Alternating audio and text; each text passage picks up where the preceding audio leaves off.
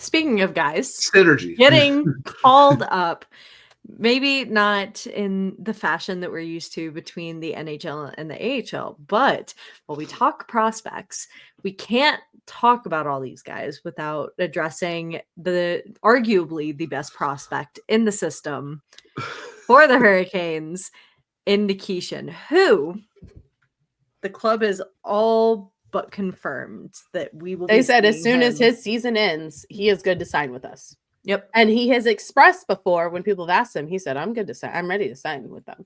Yeah. I think literally everyone is just waiting for that time to finish up. He is ready to be in the NHL, and he's expressed as such. And let me just tell you, and I'm sure we're expressing all of your feelings right now, Canes fans, but we are very excited to see this man on the blue line for this team. Like, his talent, his ability, his defensive awareness, his offensive awareness. Congrats to him. 100 assists for Scott too. So I mean, I'm really curious to see how his game transitions from the KHL to the NHL. But I mean, let's be honest, this kid is so good. Imagine a defense next year where you're going to get him and Morrow along with Ghost, Walker, Slaven, and Chatty. Well, so it's interesting, and we can talk about this more later, but it is interesting. I did have the thought of, Burns his stuff will be ending soon. So will Orlov's. But interesting enough, Orlov's been having a really good season. Yeah. He's playing like his contract is getting ready to expire. Yeah, and it's to the point where I don't yes, we have things coming in the pipeline, but I'm also like, if he's playing so well, I wonder if the Canes would ever consider re-signing him. Mm-hmm.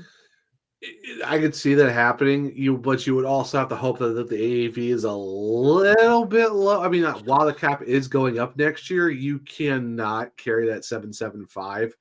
No, but if you want to go might around not the want. roster, I mean, yeah. Granted, so it depends. He's a little bit of an older defenseman now, and yes, he's doing really well, but he's also learned the system now, and so I mean, it's going to depend what he wants, what the Canes want to pay, but it'd be really nice that if he's flourishing now and he's doing really well with Chatty, if they bring him and with the money that you're going to get off with other players leaving. There's a lot of other contracts, yeah. So it's going to be really interesting. I before wasn't going to think, oh yeah, Orlov will be gone, but with the season he's had, I wouldn't be surprised if they thought about keeping him again.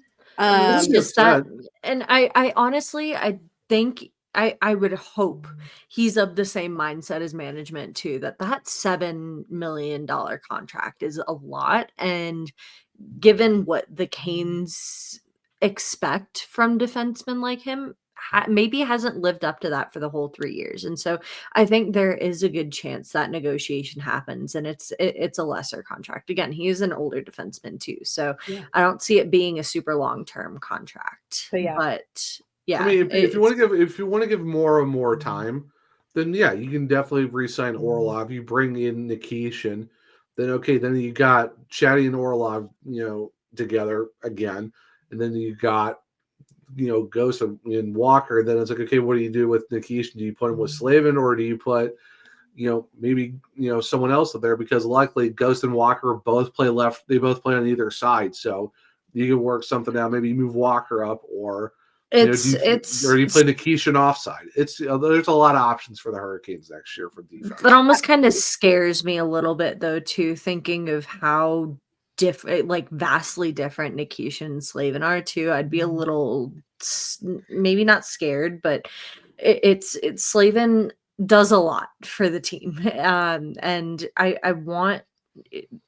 Yes, I think Slaven would be a good guy for Nikishin to learn under, but at the same time, you don't know if that's going to complement well enough yet. There's still a lot for him to learn in regards to how NHL defensemen play, how offensive NHL defensemen play. I think. Well, you could go to Nikishin Walker, then you put Ghost and Slaven. That'd be very. So I don't with as new as Walker will still be, and with him he's just now finding his stride.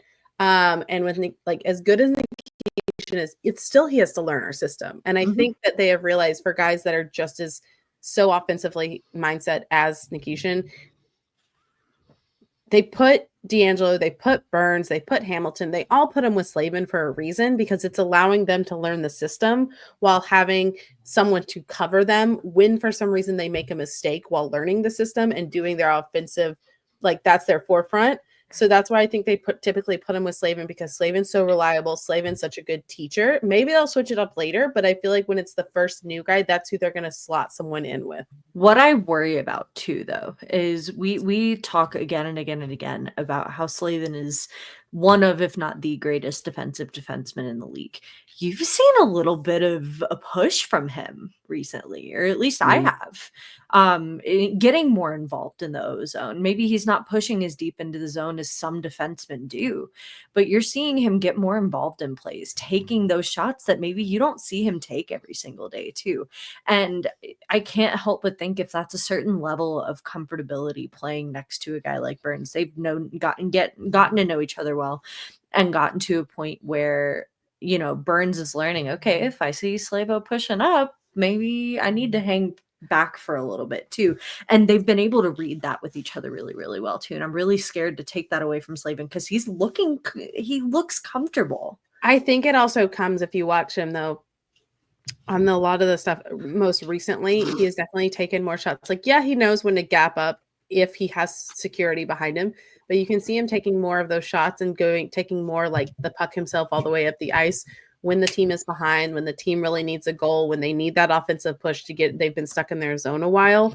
So I think he also knows when in the game to activate that. It's not just the comfortability of his partner, but he's knowing, okay, I can't be defensive as much as I normally am, because we need any sort of offensive push that we can get. I saw it a lot in last night's game. I mean, there were times where it was like, we got to get out of our own zone, when Slaven's like, okay, I'll take it all myself. And it allowed all of his guys to change.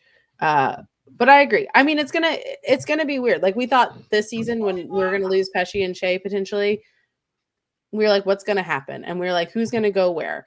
And now we've seen how they've put people together. And I mean, it's just gonna be, once we figure out who all we have in that six, who goes where. But I think if Orlov stays, you'd want to keep Orlov with Chatty, because that duo knows each other. I'm pretty sure. I don't know why you wouldn't keep Walker, and I just feel like we like to keep our pairings together as much as possible, because they learn each other's styles, and they learn, like, we only switch it up when someone is injured and we have to slot someone else in there.